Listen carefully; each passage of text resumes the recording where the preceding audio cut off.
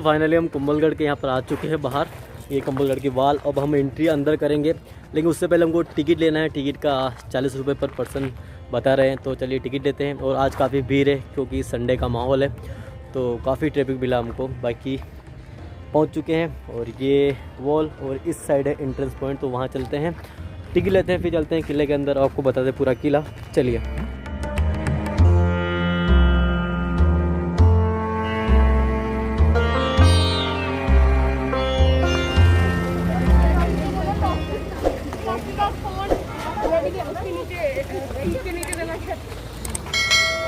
ला ticket दे।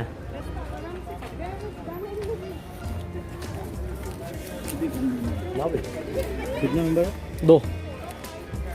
ये नहीं होगा, ठीक है, वो आगे चेक होंगे ये अंदर। ये मेरे को नहीं होंगे तो यहाँ हो अंदर तो हाँ सही है।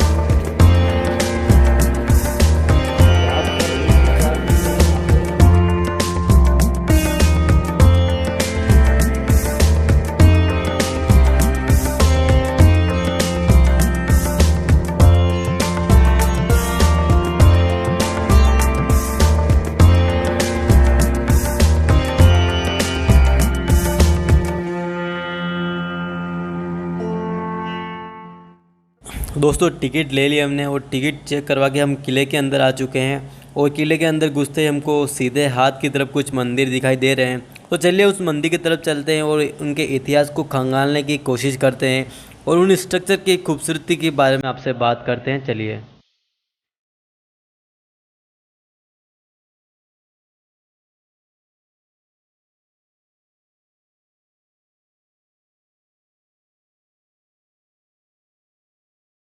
तो इस मंदिर के बारे में बताया जाता है कि जब महाराणा कुंभा ने 1457 में कुंभलगढ़ का जो पूरा निर्माण कार्य कंप्लीट कर लिया था, तब यहाँ पर बोलते ना उद्घाटन करना, तो उस समय जो यज्ञ वगैरह किए थे ना, उसके लिए ये मंदिर बनाया था। तो आज भी ये मंदिर मौजूद है और काफ़ी विशाल मंदिर है, आप देख पा रहे होंगे।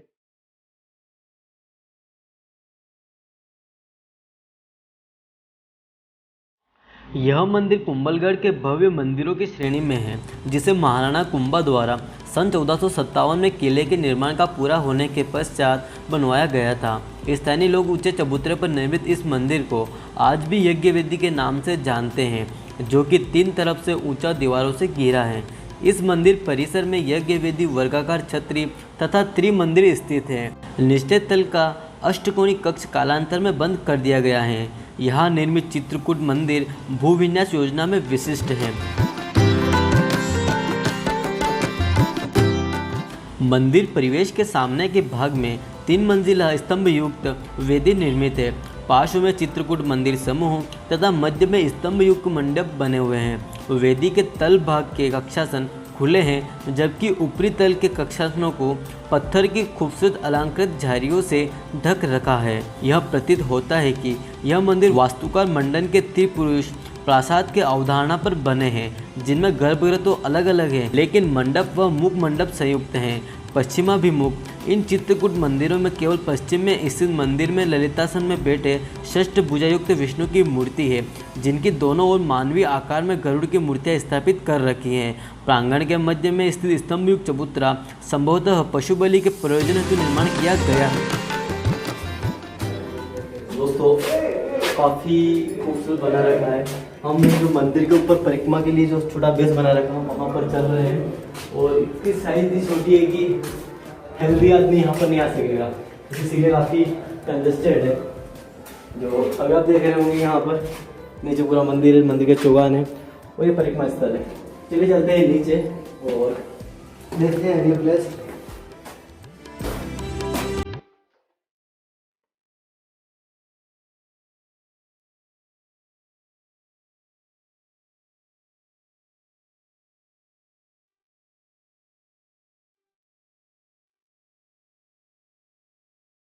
दोस्तों किले की दीवार पर बहुत सारे व्यू पॉइंट वाच टावर बना रखे हैं, जिससे दुश्मनों पर नज़र रखी जाती थी। एक और वाच टावर बना हुआ है जहाँ पर सैनिक तैनात रहते थे, और ये जो छेद है यहाँ पर, और ये बंदूक का छेद, यहाँ से दुश्मन पर नज़र रखी जाती थी। पीछे आप देख रहे होंगे बादल महल, जहाँ पर हम जाने वाले हैं। इस किले की दीवार 36 किलोमीटर लंबी है, लेकिन ये पूरा दायरा हम कवर नहीं कर पाएंगे क्योंकि पूरा पैदल चलना होता है, 36 किलोमीटर आप समझ सकते हो। तो हम जहाँ तक जाएंगे आपको पूरा बताएंगे।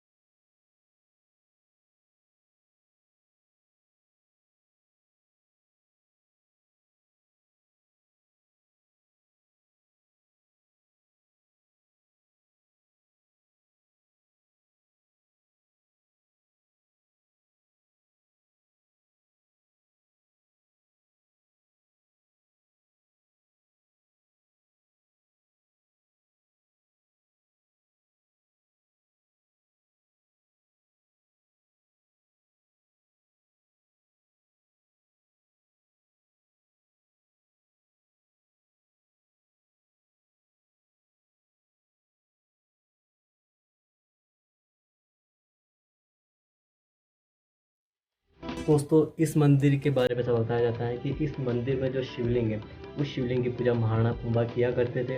वो नित्य सुबह उठ कर वो शिवलिंग की पूजा पाठ किया करते थे। ऐसा बताया जाता है कि शिवलिंग इतना विशाल होने के बावजूद भी महाराणा कुंभा दोनों हाथों से उसे अपनी बाहों में भर लेते थे। तो आप समझ सकते हो कि महाराणा कुंभा का शरीर कितना विशाल होगा। तो ये शिवलिंग आपने देखा होगा कितना विशाल ये शिवलिंग है। और ये मंदिर जिसको 26 खंभों पर बनाया गया है, काफ़ी खूबसूरत ये मंदिर है, काफ़ी विशाल मंदिर है।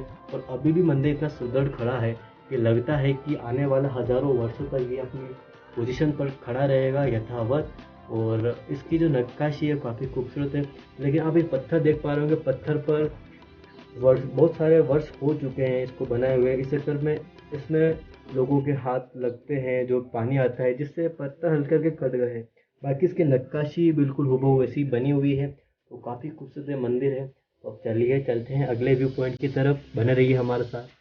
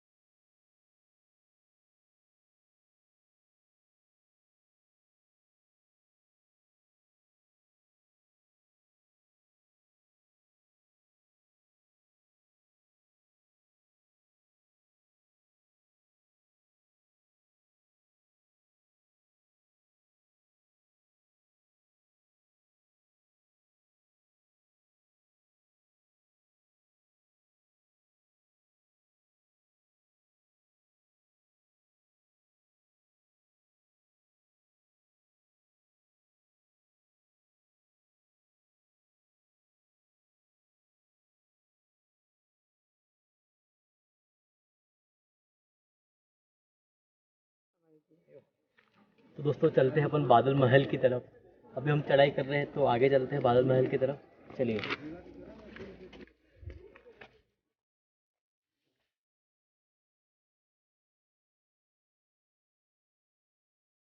चलिए दोस्तों चलते हैं किले के ऊपर की तरफ और बात करते हैं किले के इतिहास की।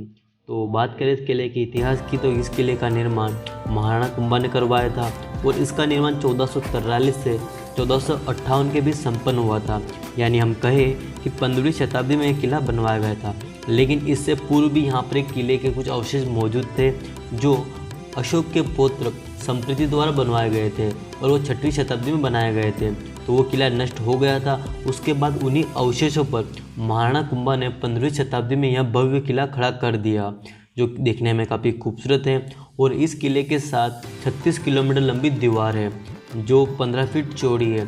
या हम कहें कि उस दीवार पर एक साथ 15 घुड़सवार चल सकते हैं। और यह दीवार great wall of the China के बाद दुनिया की सबसे बड़ी दीवार है। और इस किले के जो शिल्पकार थे वो मदन मंडन थे जो गुजरात के रहने वाले थे। और यह जो किला है ये पूरा माचिन नामक क्षेत्र पर स्थित है, इसलिए इसे माचिनपुर कहा जाता था। और अभी इसको कुंभलगढ़ कहा जाता है जो राजस्थान के राजसमंद में स्थित है।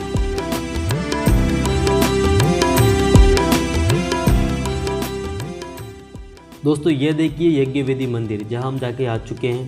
तो ये काफ़ी खुला परिसर दिख रहा है, यहाँ अंदर नीचे लोग भी रहते हैं। तो इधर पूरी खेती वगैरह भी होती हैं और पुराने अवशेष हमको दिख रहे हैं। तो अभी हम चल रहे हैं बादल महल की तरफ। और बादल महल की तरफ चलने के साथ साथ हम आपको किले का अनसुनी कहानियाँ, अनसुनी दास्तां बताते चलेंगे, जिससे आपको किला घूमने में मज़े आएंगे और आपको किले का जो महत्वपूर्ण इतिहास है समझने में मज़े आएंगे। तो चलिए चलते हैं आगे अगले पोल की तरफ।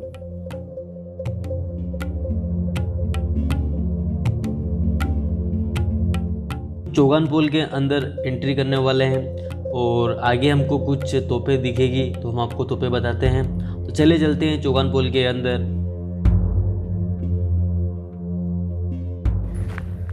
दोस्तों यहाँ किले में कुछ तोपें भी रखी हुई है, चलिए चलते हैं उन तोपों को देखते हैं। म्यूज़ियम बना रखा है छोटा सा, मतलब बादल महल के जस्ट नीचे। हम अभी बादल महल जा रहे हैं, तो पुरानी तोपें वगैरह रखी हुई है, चलिए देखते हैं और आपको भी बताते हैं।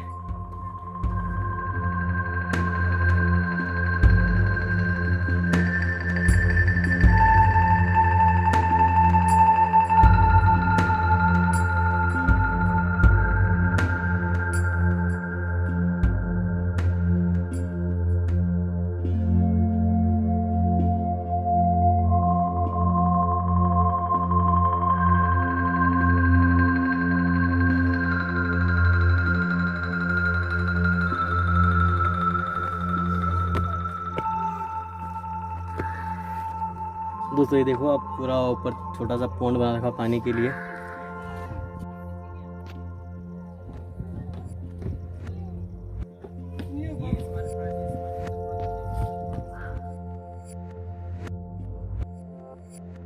यहाँ पर बहुत सारे छोटे छोटे कमरे बने हुए हैं जिनकी छतें तो नष्ट हो चुकी है, और यहाँ पर कुछ झरोखे भी आपको दिख रहे होंगे जहाँ पर लोग अक्सर फ़ोटोशूट करते नज़र आते हैं, क्योंकि यहाँ से जो फ़ोटो आते हैं ना भाई, बहुत ही लाजवाब आते हैं। हमने भी ट्राई करके देखे थे, काफ़ी खूबसूरत फ़ोटो आते हैं, क्योंकि यहाँ का जो मोनूमेंट का सीनरी है ना, काफ़ी खूबसूरत है।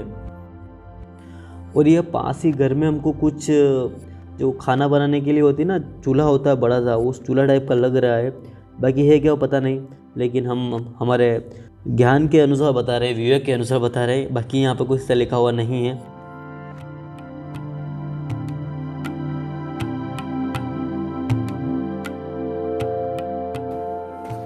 दोस्तों ये आप देख पा रहे होंगे, ये वाच टावर बनाया गया है जिससे कि इस बॉर्डर के बाहर जो भी हलचल हो वो यहाँ पर खड़े सैनिक देखकर अंदर जो खड़े सैनिकों को सूचना दे सके, तो उसीलिए वाच टावर बनाए गए हैं। इस प्रकार काफ़ी वाच टावर को देखने को मिलते हैं, क्योंकि 36 किलोमीटर लंबी ये दीवार है। तो अभी आप देख पा रहे हैं, और पीछे जहाँ हम जाने वाले हैं, पीछे पूरा सीन आपको दिख रहा होगा, बादल महल, महाराणा प्रताप की जन्मस्थली और वो चौगान पोल। तो उन सभी पोल को हम कवर करने वाले हैं, और आगे जाके हम आपको वीर शिरोमणि महाराणा प्रताप की जन्मस्थली आपको बताने वाले हैं। तो आप सभी से निवेदन है कि वीडियो में अंत तक बने रहिएगा, और एक भारत का गौरवशाली किला जिसे आपने आज तक नहीं देखा हो तो हमारे वीडियो के माध्यम से ज़रूर देखिएगा, पूरा देखिएगा, और वीडियो पसंद आए तो लाइक कीजिएगा, चैनल को सब्सक्राइब कर दीजिएगा। और हाँ, इसके साथ ही अगर आपने चित्तौड़गढ़ किला नहीं देखा है तो उसके भी हमने पूरे वीडियो अपलोड कर रखे हैं, तो एक बार जाकर चित्तौड़गढ़ किला ज़रूर देखिएगा। तो चलिए चलते हैं आगे थोड़ा सुस्ताने के बाद, और मिलते हैं आगे वीडियो के दौरान।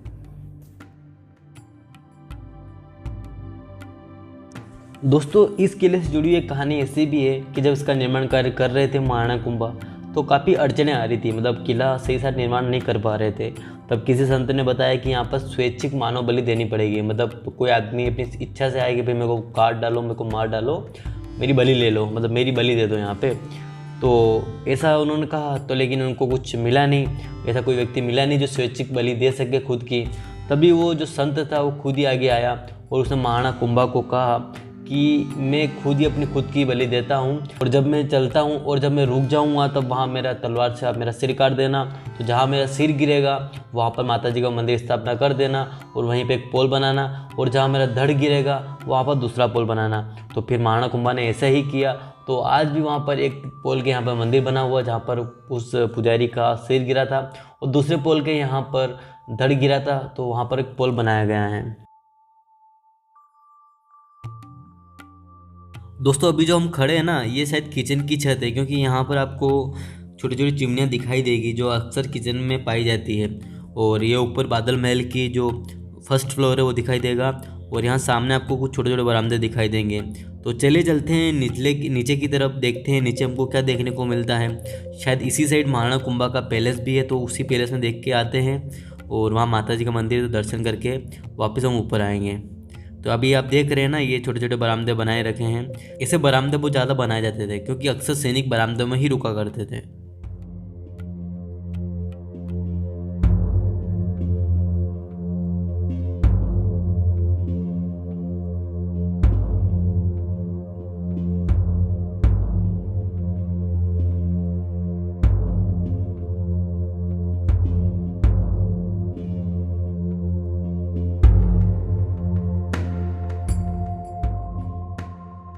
अभी हम मौजूद है महाराणा कुंभा के कुंभा महल में।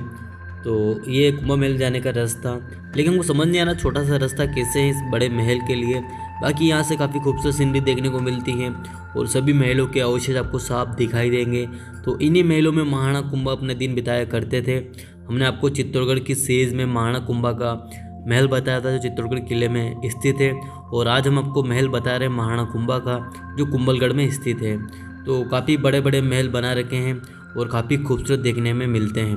लेकिन अभी तो कुछ खस्ताहाल हो चुके हैं, लेकिन जब अपने भव्य स्वरूप में होंगे तब कितने ही खूबसूरत होंगे, इसका अंदाज़ा आप इसी से लगा सकते हैं। खंडहर कितने खूबसूरत दिख रहे हैं।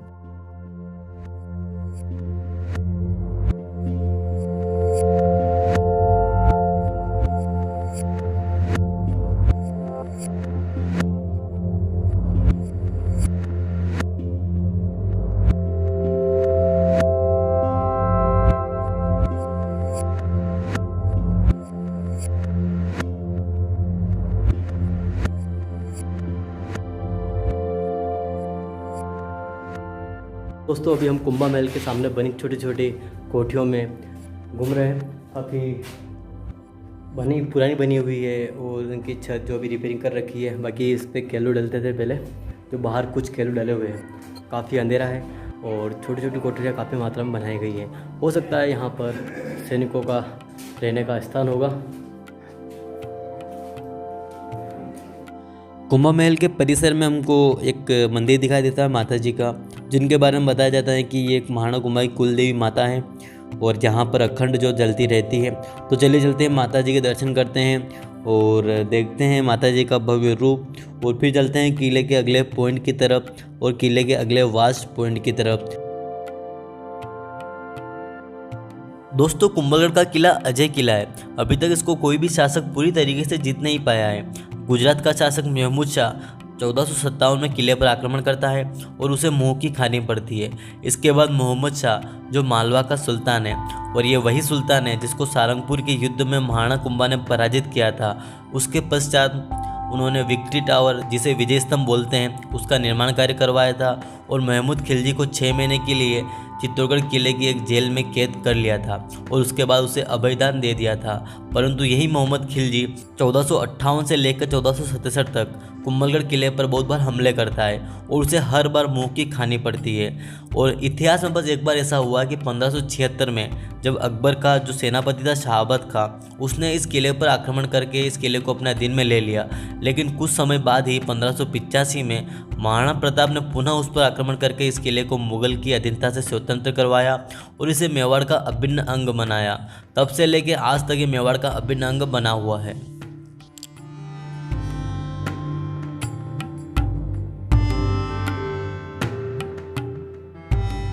अभी हम जिस महल में खड़े हैं, इस महल का निर्माण महाराणा फतेह सिंह ने करवाया था। जी हाँ, महाराणा फतेह सिंह वही राणा थे जिन्होंने फतेह सागर का निर्माण करवाया था। और यह महल 2 भागों में विभक्त है, जनाना और मर्दाना। तो अभी हम जनाना मर्दाना में से एक पार्टीशन में आ चुके हैं। यहाँ पर काफ़ी खूबसूरती से कलरों को उकेरा गया है, काफ़ी खूबसूरती से चित्र बनाए गए हैं और दीवारों पर सफ़ेद कलर और हरे कलर का कॉम्बिनेशन काफ़ी खूबसूरत लग रहा है। और अभी भी ऐसा लग रहा है कि मानो कि कलर बहुत ही नया हो, जबकि यह कलर कई वर्ष पुराना हो चुका है और अभी भी काफ़ी अच्छी कंडीशन में मौजूद हैं। और यहाँ पर बहुत सारे कमरे बना रखे हैं, कमरों के अंदर कमरे। तो काफ़ी खूबसूरत नक्काशी उकेरी गई है और काफ़ी खूबसूरत कमरे बनाए गए हैं।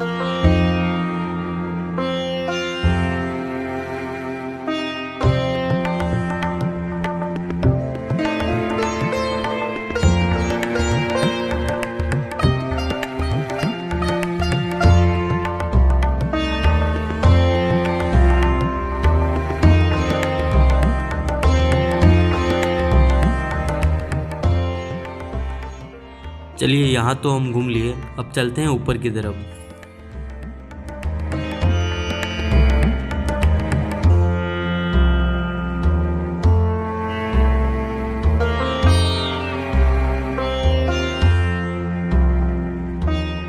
दोस्तों अभी हम बादल महल के ऊपर टेरेस पर मौजूद है। मतलब काफ़ी बड़ा ये महल है, काफ़ी विशाल महल है। उसकी दीवारें देखो कितनी बड़ी है, खूबसूरत महल है। अभी तक काफ़ी अच्छी कंडीशन में मौजूद है। बाकी पीछे जो पूरा खुला चौगान और ये जो दीवार, उसके जस्ट पीछे पूरे पहाड़ आ गए और ये पूरा नीचे का टेरेस। और ये इसका सबसे ऊपर वाला टेरेस है, सबसे ऊपर वाली छत है। तो हम वहाँ पे जाएंगे और वहाँ से भी व्यू आपको बताने की कोशिश करेंगे। काफ़ी बेहतरीन ये महल है।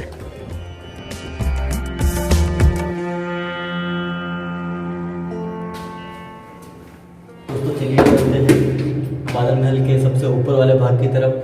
काफ़ी छोटा रास्ता है, वो दरवाजे देख रहे होंगे यहाँ पे काफ़ी छोटे हैं, लेकिन काफ़ी अच्छी कंडीशन में मौजूद है। अभी भी लकड़ी काफ़ी अच्छी मौजूद दिख रही है। तो चलिए चलते हैं ऊपर, देखते हैं बादल महल का नज़ारा। और यहाँ पर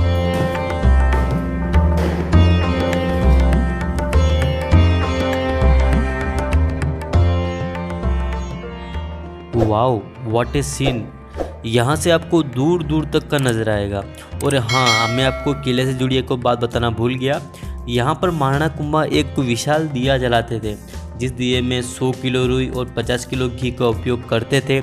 वो दिया इसलिए जलाते थे कि मजदूर जो भी काम करते होंगे इस किले परिसर में और इस कुंभलगढ़ के परिसर में, तो उनको रोशनी दिख जाए, उनको रोशनी मिल जाए। इसलिए महाराणा कुंभा ये विशाल दिया जलाते थे। और ऐसा बताया जाता था कि ये विशाल दिया जो मारवाड़ में और जो आमेर का किला है वहाँ से इस किले पर जो दिया जलता था वो वहाँ तक दिखाई देता था। अभी हम किले की टॉप पर हैं और यहाँ से काफ़ी खूबसूरत नज़ारे दिख रहे हैं और काफ़ी दूर दूर तक हमको नज़र आ रहा है। और इस किले की जो ऊंचाई है ना, उसके बारे में जो अकबर के जो नवरत्न में से एक थे अबुल फजल, वो लिखते हैं कि ये किला इतनी ऊंचाई पर बना हुआ है, इतना ऊंचा है कि इसको हम देखते हैं तो हमारी पगड़ी नीचे गिर जाती है। तो उसी से आप अंदाज़ा लगा सकते हैं कि इस किले की जो ऊंचाई होगी वो क्या होगी। काफ़ी अमेजिंग यहाँ पर आने के बाद लग रहा है। आपको भी कभी मौका मिले ज़रूर आइएगा, क्योंकि यहाँ पर आने के बाद अलग ही फीलिंग आती है।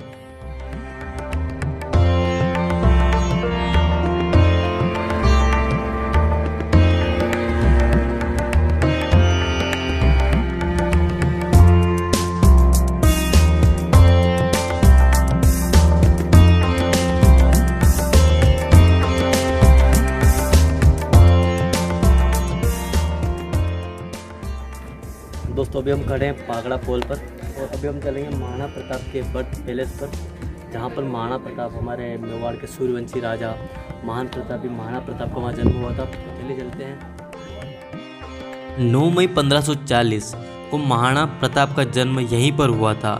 महाराणा प्रताप जो वीर शिरोमणि और हमारे भारत की शान है, तो उनका जन्म यहीं पे हुआ था। और वैसे हम सभी जानते हैं कि महाराणा प्रताप का पिताजी का नाम महाराणा उदय सिंह था और माता का नाम जयवंता बाई था, तो उनका जन्म यहीं हुआ। और जो कुंभलगढ़ का जो किला है वो मेवाड़ में काफ़ी अहम रोल निभाता है और मेवाड़ का काफ़ी अहम हिस्सा है। यहीं पर महाराणा प्रताप का दोबारा राज्याभिषेक हुआ। पहली बार तो राज्याभिषेक गोगुंदा में हुआ था, लेकिन दूसरी बार राज्याभिषेक उनका यहीं पर हुआ।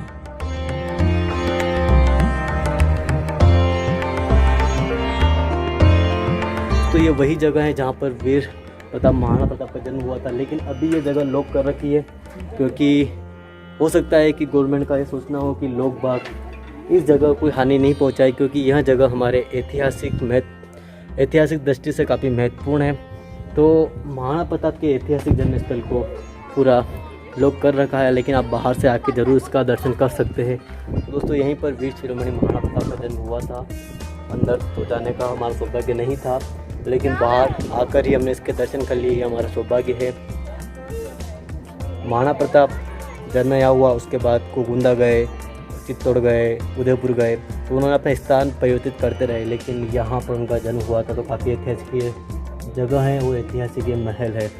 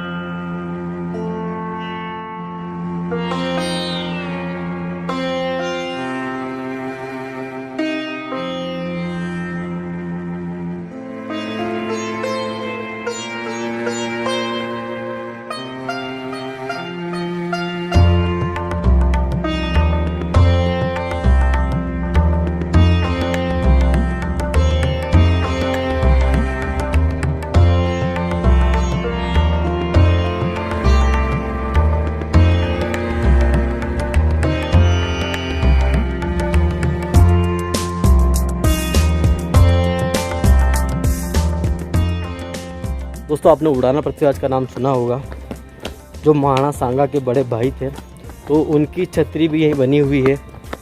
चलिए उनकी छतरी देखते हैं कहाँ पर बनी हुई है। यहाँ पर एक सूर्य मंदिर भी है। और इस किले का जो सबसे दुखद पहलू था कि महाराणा कुंभा की मृत्यु भी यहीं पे हुई, और उनके बड़े पुत्र उदाकरण उदय सिंह ने उनका गला दबाकर उनकी हत्या कर दी थी। तो महाराणा कुंभा की छतरी पर यहीं बनी हुई है। तो अभी पहले चलते हैं पृथ्वीराज की छतरी के यहाँ पर।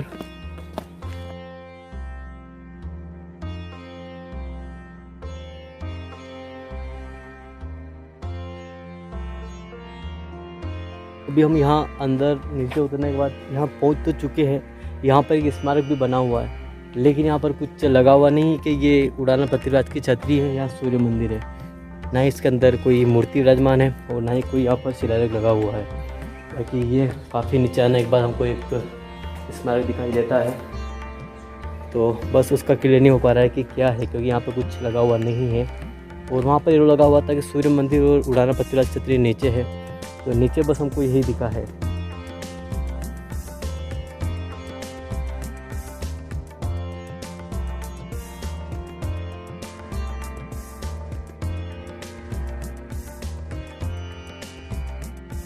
आ चुके हैं, यहाँ बता रहे सूर्य मंदिर और पितल्या शाह मंदिर अंदर है, लेकिन हम काफ़ी अंदर आ गए। आप देख रहे हो ना, ये बादल महल जो ऊपर दिख रहा होगा, उसके बाद हम काफ़ी कम से कम हम 2 से 3 किलोमीटर अंदर आ चुके हैं और थक चुके हैं।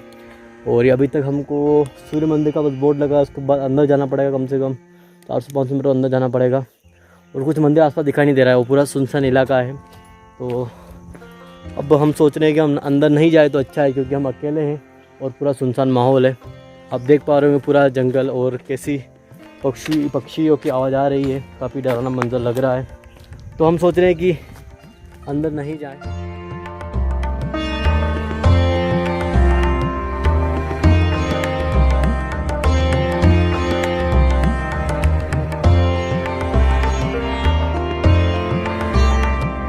तो ये कुंभलगढ़ किले की निचली दीवार है।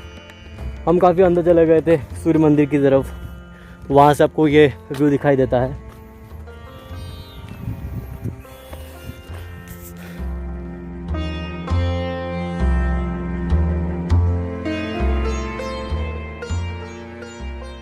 अभी हम वापस घूमकर जहाँ हमने एंट्री करी थी वहाँ हम वापस आ चुके हैं।